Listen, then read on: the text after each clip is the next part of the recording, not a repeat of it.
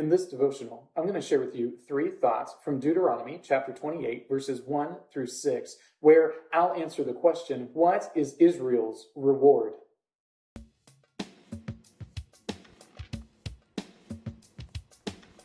Deuteronomy chapter 28, verses 1 through 6 says, "And if you faithfully obey the voice of the Lord your God, being careful to do all his commandments that I command you today, the Lord your God will set you high above all the nations of the earth, and all these blessings shall come upon you and overtake you.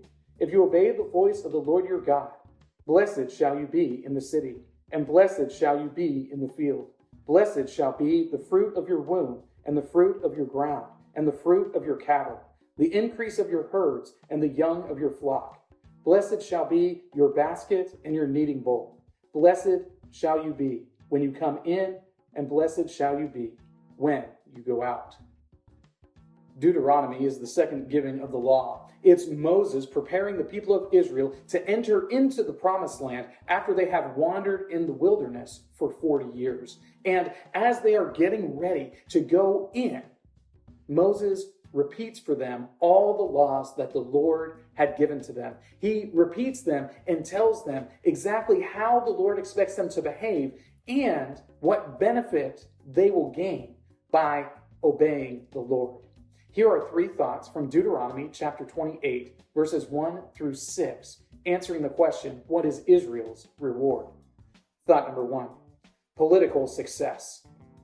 Moses tells the people of Israel that if they will obey the Lord, if they will do the things that he asks, then the Lord is going to establish Israel as such a nation that all the other nations in the world will come to see them. They will become the standard for every other nation. Everyone will want to be like them, and everyone will be subservient to them. They will have political success in the world, the likes of which no one had ever seen before. This is the great promise of God to the people of Israel. Do you think that Israel will be obedient to the Lord and obey his commands in order to receive this great reward? Thought number 2, familial success. It isn't just that the nation is going to be successful, but they're going to have success down to the familial level. The families themselves will have success if the people of Israel are obedient to the commands that the Lord is giving to them. This is the great promise that the women will have kids, that they won't be barren, that you'll be able to establish your family and your family line will continue on long after you.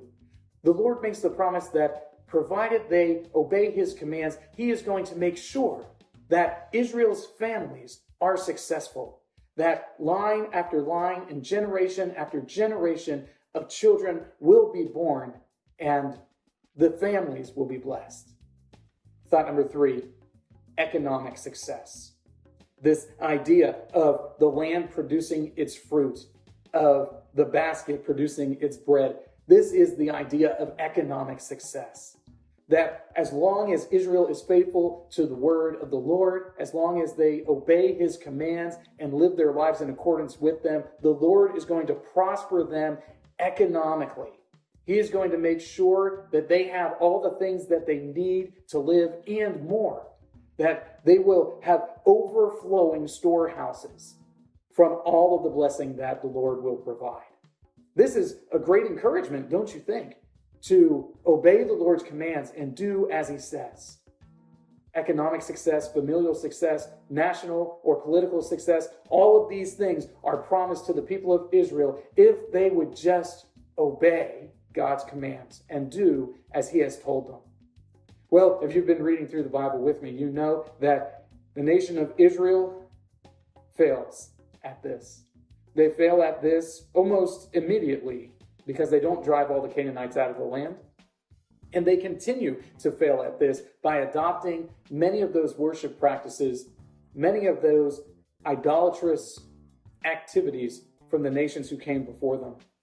And in light of that, these great promises of blessing are never fully received by the people of Israel. These 3 thoughts come from the assigned reading of Deuteronomy chapters 26 through 28.